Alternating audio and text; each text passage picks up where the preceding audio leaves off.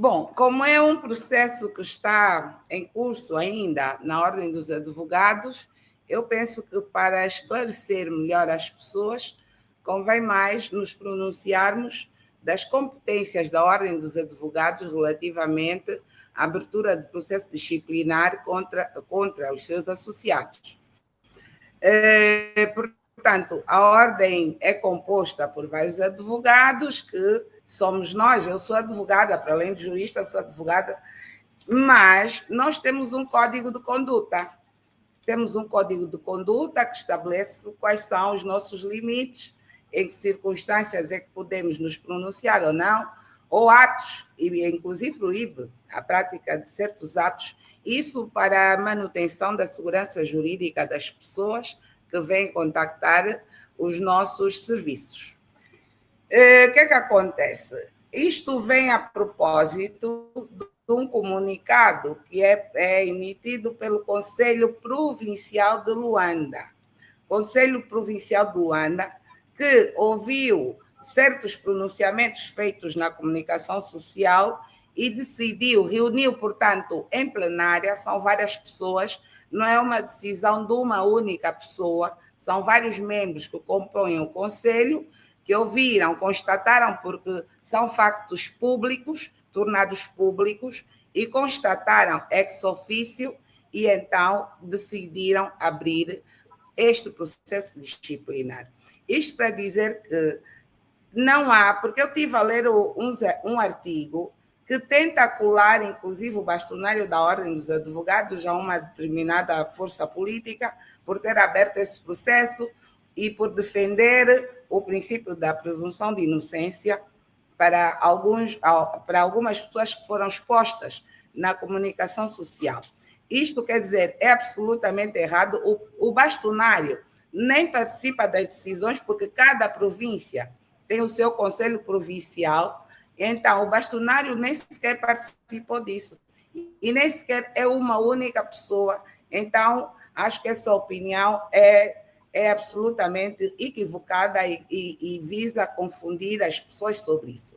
Agora, nós, os advogados, temos o Estatuto da Ordem dos Advogados, temos o Código de Conduta que disciplina a ordem. Então, a Ordem dos Advogados pode, sim. É certo que, até que haja uma decisão final, ainda tem que haver o processo, que é esta decisão.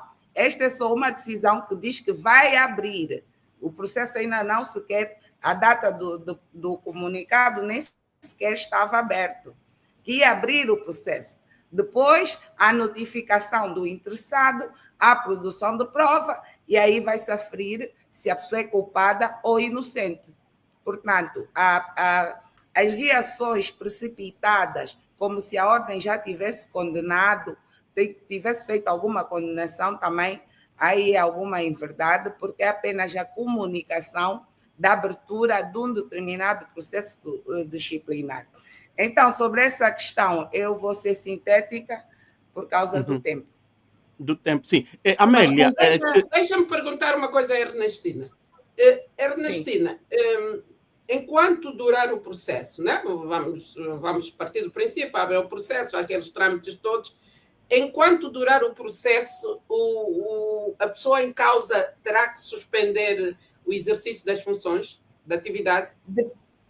Isso depende do instrutor do processo. Vai aferir se a prova indiciária inicial é suficientemente grave ou não para que possa determinar a suspensão da atividade. É não grave. Assim inicialmente. Acho que é grave. Pois, o que...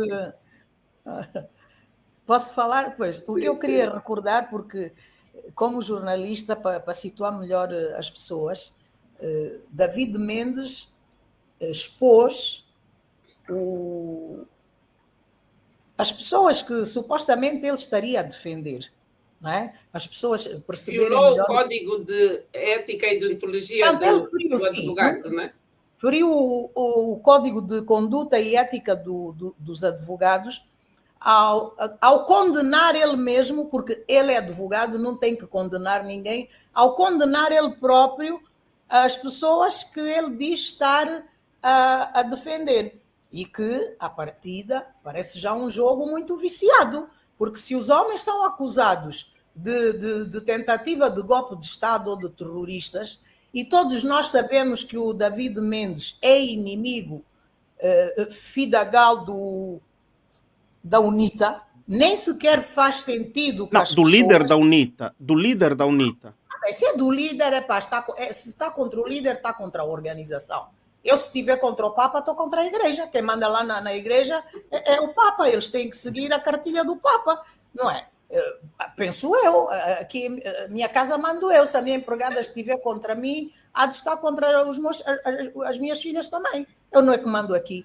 Esse é que é o grande problema. É um processo tão viciado. E eu aí é que dou mesmo razão a Luzia e faço aqui uma ponte. Esta África não tem ponta por onde se lhe pega. Um país da ditadura como o nosso, não é? Onde também aqui os processos são todos de tanta batota a ir mediar o processo do Congo. Isto aqui está tudo interligado. A Luzia tem mesmo razão. Esta África precisa de renascer. Há que fazer grandes esforços de união realmente para resolvermos os nossos problemas, porque não há cidadania nenhuma. Como é que ele aparece a defender aquelas pessoas, rapidamente já aparece a condenar as pessoas e depois ainda revolta-se contra a ordem quando a ordem pretende simplesmente pôr ordem na ordem. As ordens profissionais, elas estão mesmo criadas para criar balizas, para que os profissionais saibam até onde é que eles podem ir e que não há livre-arbítrio. Há regras, e essas regras têm que ser cumpridas, não é? E também para dizer à doutora Ernestina que a ordem já está a agir tarde demais, porque David Mendes já apronta há muito tempo. Só para dar um exemplo assim rápido, eu pus uma providência cautelar no tribunal a favor daqueles camponeses que foram expulsos e roubados no Lar do Patriota, porque esse Lar do Patriota eram lavras dos camponeses durante muitos anos da independência, até o Dinguanza aparecer por lá a fingir que ia fazer uma cooperativa. E como o governo que administra o Estado está sempre contra a população, nunca vi esse governo defender a população, os tropas iam lá bater aqueles velhos que trabalhavam e viviam ali anos e anos nas lavras, não é? Não indemnizaram aqueles camponeses. Eu uma vez fiquei horrorizada de ver os camponeses apanharem, como se... enfim, aquilo foi mesmo... Eram atos de terrorismo. Falei com os velhos e falei com o David Mendes, que ganhava dinheiro da Noruega, enganando os europeus com essa história das mãos livres, porque ele teve sempre as mãos muito amarradas. E quando chegou lá a vez de irmos ao tribunal, que eu é que fui lá falar com o escrivão, quase que andei ali a pressionar o escrivão para marcar audiência, ele simplesmente não compareceu na audiência. E o juiz, muito zangado, disse-me a mim que isso não é coisa que um advogado possa fazer. Não, só que as ordens aqui em Angola estão minadas pelo MPLA. Sempre que há eleições, o MPLA põe lá... Temos que dizer a verdade. Estamos aqui para dizer a verdade. O MPLA... Não temos uma justiça independente. Não temos uma justiça independente, isso é óbvio. O poder político controla a justiça. Isso controla tudo. Óbvio. Controla tudo. Sim. E mete-se sempre nessas ordens, põe lá o seu candidato. Está assim a ordem dos médicos. Me parece que desta vez não conseguiram dominar os juristas ou advogados e creio que esse presidente da ordem, o bastonário, é uma pessoa mais ou menos independente. Aí é que está o problema, ninguém admite. E é jovem, né? É jovem, né? Pois, também deve ser um jovem que quer uma Angola inclusiva, um país com menos desigualdades sociais. Então, como o homem é um homem honesto e em Angola não há lugar para pessoas honestas, o David Mendes já começou ali a manobrar e a querer manobrar, a manipular a opinião pública, porque, sinceramente, olha, não esquecer que o David Mendes já foi membro do governo logo a seguir às eleições. Ele esteve Gurne, né? Não foi do Gurne? Do Gurne. Foi vice-ministro, secretário de Estado para o Ambiente, né? Então, há muito tempo que a ordem devia ter posto o David Mendes na ordem, porque como advogado, ele deixa mesmo muito a desejar e faz coisas. O próprio juiz me disse que o que ele fez ali foi uma falta de respeito muito grande. Porque, e mais, ele estava numa organização, ele não era o único. Se ele não pôde comparecer, devia ter enviado alguém, mas não enviou ninguém. Ernestina, para terminar o bloco, o que é que acrescentas em título de resumo?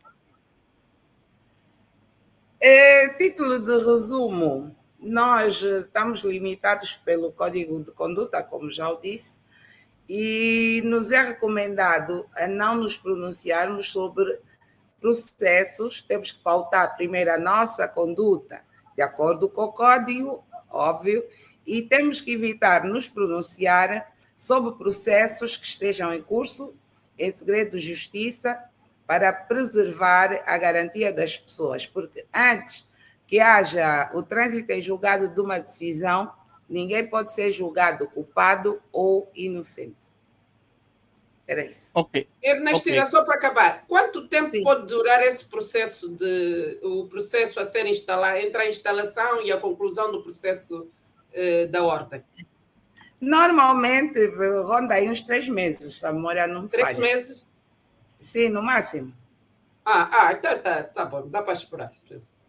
Só processos sérios. Estamos atentas. Comparado com o Tribunal Supremo, está bom demais. Há pessoas que têm processo no Tribunal Supremo há 30 anos, nunca conseguiram nada. O meu caso é um deles. Ok.